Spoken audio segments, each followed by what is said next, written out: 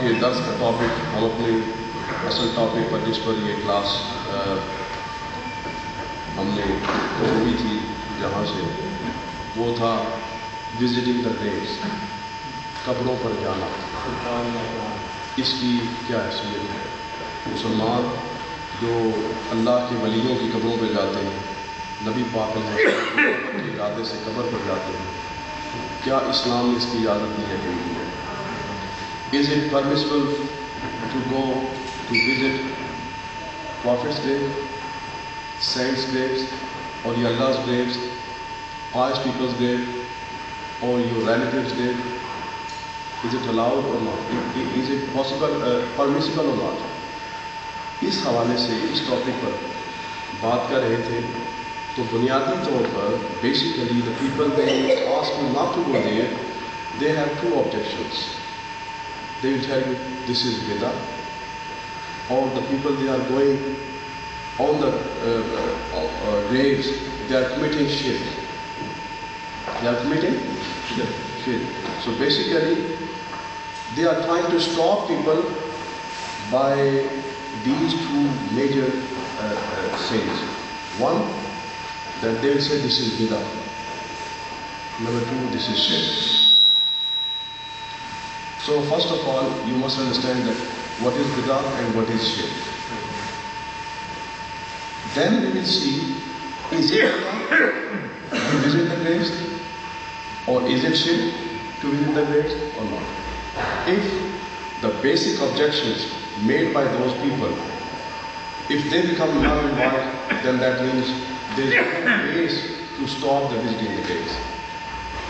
اگر یہ بات ثابت ہو جائے کہ قبر کی زیارت کرنا یہ بدعت نہیں ہے، یہ شرک نہیں ہے، تو پھر بغیر کسی دلیل کے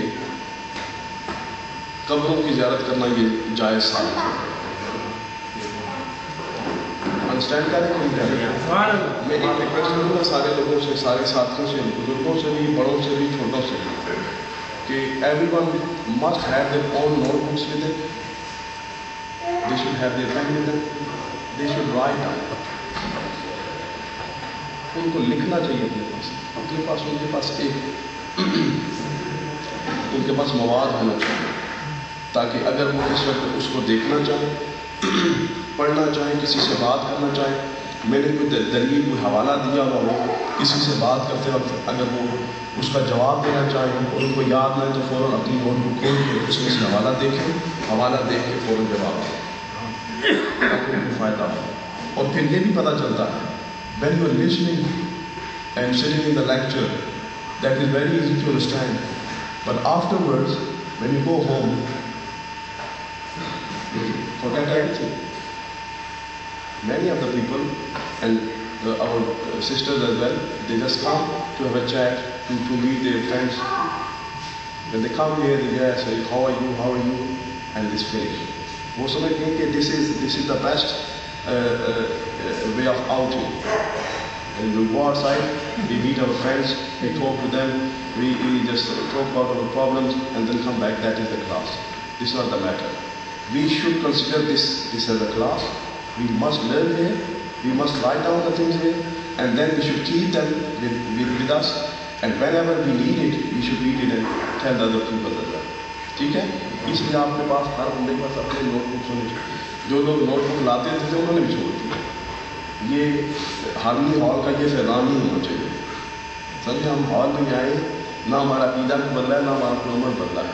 یہ ہماری مجبوری ہے کہ ہم یہاں بیٹھے ہیں. اگر مسجد سے اٹھ کے باہر آئیں، اس کا نتیجہ یہ نہیں ہونا چاہیے کہ جس طرح ہم اوپر جا رہے ہیں تو نیچے کی طرف جانا شروع کر دیں. اس لیے سارے لوگ اپنے نوٹس بک لائیں، لکھیں، اور جو بات اس میں سے سمجھ نہ آئے وہ پھر بعد میں کوشچن کر سکتے ہیں. بہت دفعہ ایسا ہوتا ہے کہ جب میں کہتا ہوں اچھا جی کو کوشچن کر لیں، میں وزٹنگ دا گریو کے بارے میں ساری گھنٹہ لگا کے تقریر کی ہے، تو بندہ سوال کرے گا please sir what you think about the interest. تو میں یار گھنٹہ کس بارے میں پڑھاتا ہوں تو سوال کس بارے میں کریں. جو کچھ پڑھا ہے نا پہلے یہ بتاؤ کہ جو کچھ آپ نے ریڈ کیا ہے did you understand that as well؟ اس کو آپ نے ریمبر کر لیا، میمورائز کر لیا، اس کو لرن کریں، اس کو انڈرسٹینڈ کریں. اس کے بعد کسی دوسری چیز پر غور کریں. پہلے جو چیز ہے اب میں آپ کو بتانے لگا تھا, the people they stop you to visit the grave, they will say you will ask why we should go there, تو وہ آپ کو کہیں گے دس از بدعہ, this is new thing made by the babies, they are doing this, no we should go there. So first of all I reject that idea that this is bid'ah. What is bid'ah? Bid'ah کسے کہتے ہیں؟ bid'ah جو اس کی definition ہے بعض دفعہ اس کو مس use کیا جاتا ہے. bid'ah the people with bad عقیدہ they will say every new thing is bid'ah, اور وہ کہیں گے کہ whatever is new in Islam is دلالہ, از گمراہی, is the wrong path, and whatever is and however is on the wrong path he will be in the hell.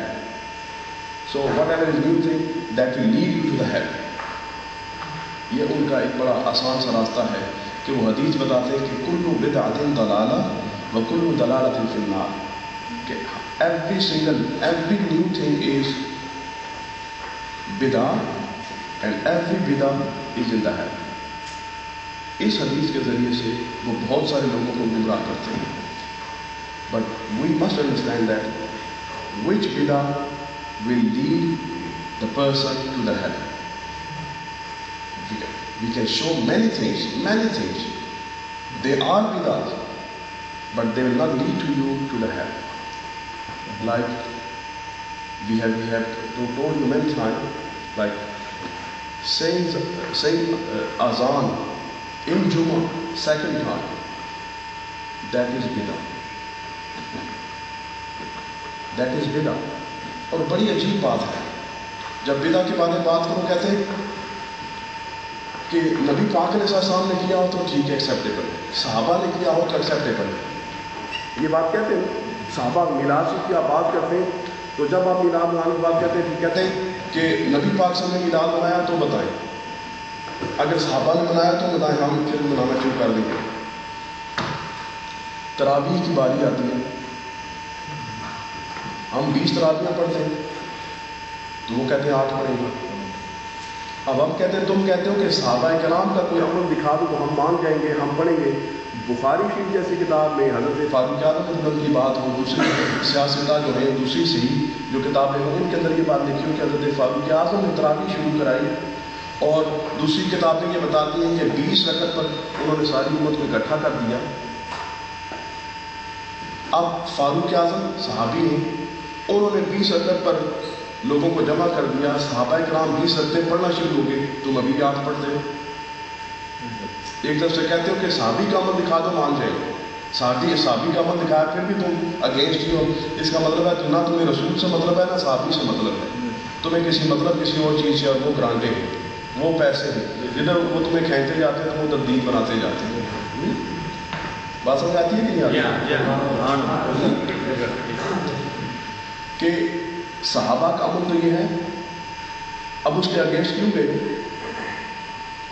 8 گھنٹے کیوں پڑھتے تراویح؟ صحابہ تو سارے حضرت فاروق اعظم نے جماعت بنائی مسجد نبوی کے اندر, اور سارے صحابہ مل کر حضرت ابی بن کعب رضی اللہ تعالیٰ کی امامت میں 20 رکعتیں جو ہیں وہ تراویح کی پڑھا کرتے تھے. پر یہ اپنے آپ کو اہل حدیث کہنے والے لوگ ابھی 8 رکعتیں پڑھتے ہیں. بات سمجھ آ رہی ہے کہ اس لیے ان کا یہ کہنا کہ جی یا صحابہ کا عمل دکھا دو یا کسی کا عمل دکھا دو, وہ دکھا بھی دو تو پھر بھی کچھ نہیں کرتا. اب ہم کہتے ہیں کہ نبی پاک علیہ السلام کے بعد سرکار نبی پاک علیہ السلام کے زمانے میں ان دیئر ٹائم نبی پاک علیہ السلام there was only one azan for Jummah. In Hazrat Abu Bakr's time there was only one azan in Jummah. In Hazrat Faruq A'zam's time there was only one azan in Jummah.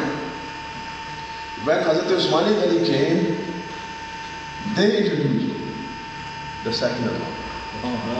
اور بخاری شریف والے جو ہیں وہ اس کو third اذان کے طور پر count کرتے ہیں. تھرڈ اذان کے طور پر کیسے کہ ایک وہ اذان جو سب سے پہلے ہوئی وہ, دوسری جو خطبوں سے پہلے ہوئی وہ, تیسری کی اقامت کی جاتی ہے, اس کو تھرڈ اذان کے طور پر کہتے ہیں. جو اقامت ہوتی وہ اذان کے طور. اب سوال یہ ہے کہ وہ اذان جو حضرت عثمان غنی نے شروع کرائی تھی وہ دین میں ایڈیشن ہے کہ نہیں؟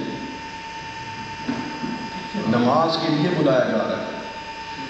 دین تو الیوم اکملت لکم دینکم، دین تو کمپلیٹ ہو چکا ہے.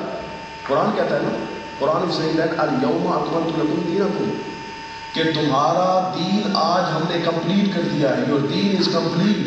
That is why Nabi Pak was saying one azan, Hazrat Abu Bakr Siddiq was saying one azan, Umar Farooq is saying one azan, because their deen was complete. There was no need of addition. Lekin what Hazrat Usman Ghani had done? They added one more azan in the Jummah. So what will you call it? Is it bidah? And that azan, that Allah's name will take you the hell? Hazrat Usman Ghani was trying to take the people, all the people with him in the hell. Ma'alullah na'udullah. نئی بات ہے. دین تو complete ہے اور اذان کی بات ہے، جمعے کی بات ہے، جمعے کی بات ہے. اور آج سارے لوگ اس کو ضروری سمجھ کے کہتے ہیں کہ نہیں کہتے. اگر آج کسی مسجد میں وہ پہلی اذان ختم کر دی جائے تو کیا کہیں گے؟ یہ کوئی ایک نیا دین بنا رہے ہیں، کہیں گے کہ نہیں کہیں گے؟ ہر مسجد میں تو 2 اذانیں ہوتی ہیں، انہوں نے ایک اذان بنا دی ہے. لوگ منع کریں گے کہ نہیں کریں گے؟ لوگ برا منائیں گے کہ نہیں منائیں گے؟ مجھے آپ سے یہ کوشچن کرنا ہے، ٹیل می کہ حضرت عثمان غنی رضی اللہ عنہ انٹروڈیوسنگ دا بدعہ اور a good thing. He was not a prophet. This is the prophet's job, that he can introduce a new thing inside the deen. That is a prophet's job. No other person can do this. No other person is allowed to do this. کہ کیا جو چیز وہ بہتر سمجھے امت کے لیے وہ دین میں شامل کرے. ایک دین ہے وہ کمپلیٹ ہے، اس میں کوئی نئی چیز نہیں. پھر عثمان غنی نے کس اتھارٹی میں یہ کام کیا ہے؟ انہوں نے اس اتھارٹی میں کیا ہے کہ نبی پاک علیہ السلام told us کہ من سنّ سنۃ حسنۃ فی الاسلام فلہ اجرها.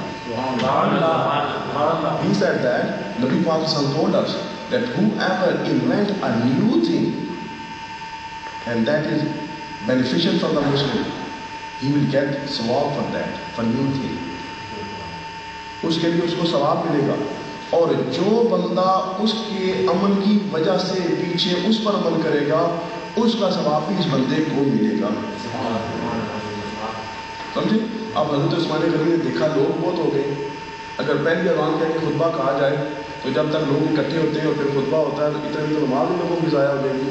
اس لیے ان کو پہلے بتایا جائے تاکہ لوگ اتنی بڑی مسجد ہے، اتنی بڑی جگہ ہے، اکٹھے ہوتے بیٹھتے اس سے خطبہ پڑھتے پڑھاتے کسی کی نماز ضائع نہ ہو. سمجھ رہے بات؟